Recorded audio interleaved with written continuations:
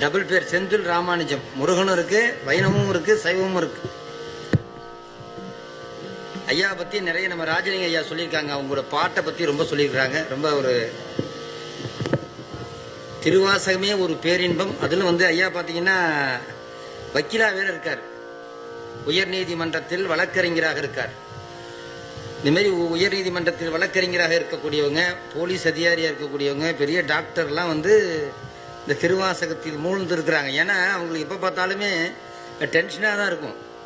அந்த டென்ஷனை குறைக்கக்கூடியதாக இருக்கக்கூடியது எது என்றால் திருவாசகம் தான். நீங்க திருவாசகத்தை உருகி பாட பாட உங்களுக்கு வேண்டியது எல்லாம் தரக்கூடிய ஒரு பதிகம் இருக்கும் என்றால் அதுதான் திருவாசகம். சமீபத்தில் இங்கே 11வது மாநாடு மாநாட்டுக்காக வேலையாக வந்திருந்த போது ஐயா வெள்ளவெட்டிசாமி ஐயா, வாழும் வள்ளலார் வெள்ளவெட்டிசாமி ஐயா நானும் காலையில் பைக்கில் கிளம்பி போகிறோம். எங்கே போனாலும் நான் பைக்கில் தான் போகிறது.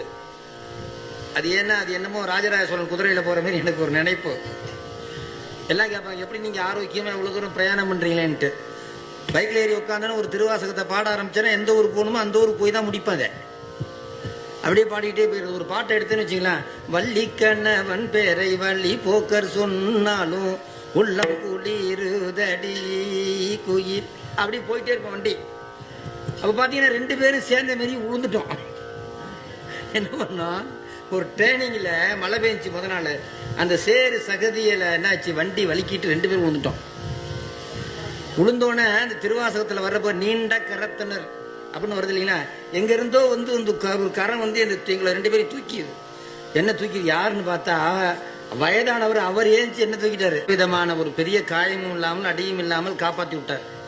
உண்மையிலேயே எனக்கு மீனராசி உத்திரட்டாதி நட்சத்திரம், நேரம் சரியில்லை, 1 வருஷமாவே சரியில்லை. 7.5 சனி வேற நடக்குது. சனி பகவான் இன்னைக்கு வச்சு செஞ்சிட்டார் நினைக்கும் பொழுது சிவபெருமான் காப்பாத்திட்டார்.